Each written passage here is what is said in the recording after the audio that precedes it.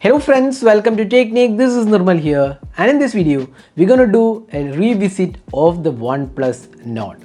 So OnePlus Nord was launched in India back in July 2020, and it has been 4 months since the launch of this device. It was a mid-range device priced between 25,000 and 30,000 in India. And how good is the device, and has it improved over the period of time, and is it still the best mid-ranger out there in the 25 to 30k price segment? That's what we are going to talk about in this video, because when Nord was released, there weren't many devices in the 25 to 30k price segment which had some really good aspects. Now we have a lot of new devices like the Vivo V20, Samsung Galaxy M51 and few others as well. So how good is the device? Now even iQOO 3 is coming below the 30,000 price segment, 29,999. So is it really worth going for the OnePlus Nord? So let's find out. So if this is your first time on this channel, do hit that red subscribe button and also hit the bell icon to get notified for all the videos we publish. So let's get started. Now if you look at the design and build quality, now the design isn't something which is stand out on the OnePlus Nord. You can see that the back panel looks quite ordinary. The vertical camera layout, it's made of glass. Now in terms of build quality, you can see this glass finishing, and also the front panel, both are glass. There is Gorilla Glass 5 support. Now we have been using this device for almost 4 months. We have been testing it here and there, and we have kept this device updated. We have been using our secondary SIM card on this device. Now if you look at the device, we haven't got any sort of scratches on this device, so the build quality is definitely good. Now even with rougher usage, because we don't use a case with this device, we haven't used a case in fact over the last 4 months, and you can see that there is no major scratches happening. Even minor scratches are also not there. The screen guard which came pre-installed is still is there on the device. So overall we feel the build quality is definitely good, and it's a sturdy build. It may not be the strongest out there because it's not a completely metal chassis. There is a plastic also included, so it may not be the strongest out there, but still looking at the build quality, it feels quite good, because a lot of smartphones do have plastic recently, including the Samsung's M51, which was scratching a lot during our testing. So considering that aspect, we feel the OnePlus Nord still has a very good build quality.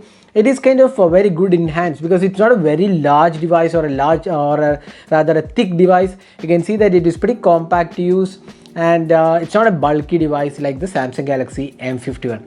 So overall, if you look at the design and build quality, design nothing outstanding, but build quality is definitely good. Now next, let's talk about the display. So the display on the OnePlus Nord is a fluid AMOLED display. We have a full HD resolution display, and we have a 90 Hz refresh rate. Now 90 Hz refresh rate is more or less a standard refresh rate. Now this device has a pretty good display. It's Gorilla Glass protected, and the smoothness of the display is pretty good. It's a 90 Hz refresh rate. The colors are vibrant and looks nice, and the overall display quality again looks quite good for a 25 to 30k price segment. So we don't have much to complain here in terms of display aspect. Again, there are some issues like the display has some issues when the brightness is lower than 10% in extreme darkness. There is kind of pinkish shade happening. It was more or less happening to most of the AMOLED displays. We haven't seen any sort of issues as such, and that's one of the rarest of cases. And in fact, we have done a video on that. We didn't see it on our unit, but it was kind of widespread issue. But again, not a major issue, that because most of the users even don't know that kind of issue do exist, because that is more or less not visible for most of the users.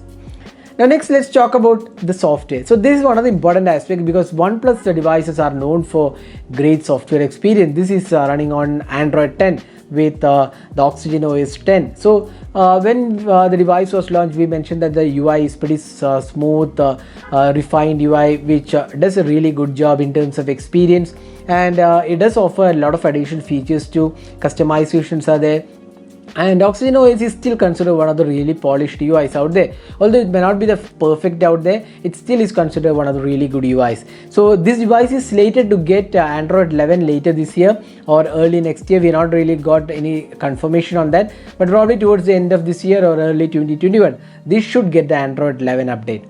So that way also it is pretty good. Now talking about the performance, so this device is powered by the Qualcomm Snapdragon 765G octa-core processor. Now if you look at the Snapdragon 765G, it is one of those chipset which has support for 5G. So it's a future-proof device. So if you are using a device like say 3-4 years, or if you want to plan the device for 3-4 years, then this is a worthy device, because by that time you might get 5G in India as well. So you are ready with this device. So not a lot of smartphones do offer 5G at this price segment, and this is one of those devices which offer 5G, and that's one of the good things about this device. Now this device also comes with a pretty good experience overall. The performance is pretty solid, no lags or whatsoever issues, and the gaming experience is also quite good. We had done a detailed gaming video back then. You can check out that gaming video. We have the link in the description of this video to see how good the performance was back then. Now again, a really good device in terms of performance, and you do get 8GB RAM and even 12GB internal RAM on this device with pretty good storage options as well. Now next, let's talk about the camera. So we have a quad camera setup. We have a 48 megapixel primary camera, ultra wide angle camera, macro sensor and a depth sensor, and we have a 32 megapixel dual selfie camera. This is one of those devices with a dual selfie camera. You can see a 32 megapixel selfie camera, and you also get a secondary selfie camera. Now when we reviewed the OnePlus Nord, we mentioned that camera is one of the probably the downside of the OnePlus Nord. It was considered not the best of the cameras. Even OnePlus devices, most of them do not have great cameras for price segment. Now the OnePlus Nord also has pretty much average camera. They're not really bad out there. But if you look at the competition, like the Samsung Galaxy M51 and even the Vivo V20, they have really great cameras. But that's where the OnePlus Nord takes a step behind with kind of average performance, or slightly above average camera performance. So here are some camera samples. So over a period of time, we feel there hasn't been much of a difference, although it has been refined a bit. But still, this is not the best camera out there in the 25 to 30K price segment. So OnePlus needs to improve on the camera algorithm. So overall we feel the cameras are kind of very much average, both the rear camera as well as the selfie camera, which is kind of okayish performance. It's not a bad performer, but then if you look at the competition, it's still not up to that mark. Now finally, the battery life. It has a 4115 mAh capacity battery, and it has 30 watt fast charging. Now the battery performance is pretty good. You can get around like 5 to 6 hours of battery life on screen on time. Again, that depends upon person to person. We got around 5 to 6 hours. Now that's pretty good battery life, I would say, and you get 30 watt fast charging as well. So we have done a detailed fast charging test on this channel too, so you can check out that video as well. So overall battery life feels quite good. Now summing up.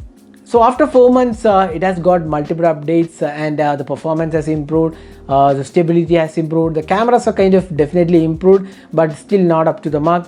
And now at towards the end of 2020, almost we are in November 2020. So is it really the best mid-ranger out there in the 25 to 30K price segment?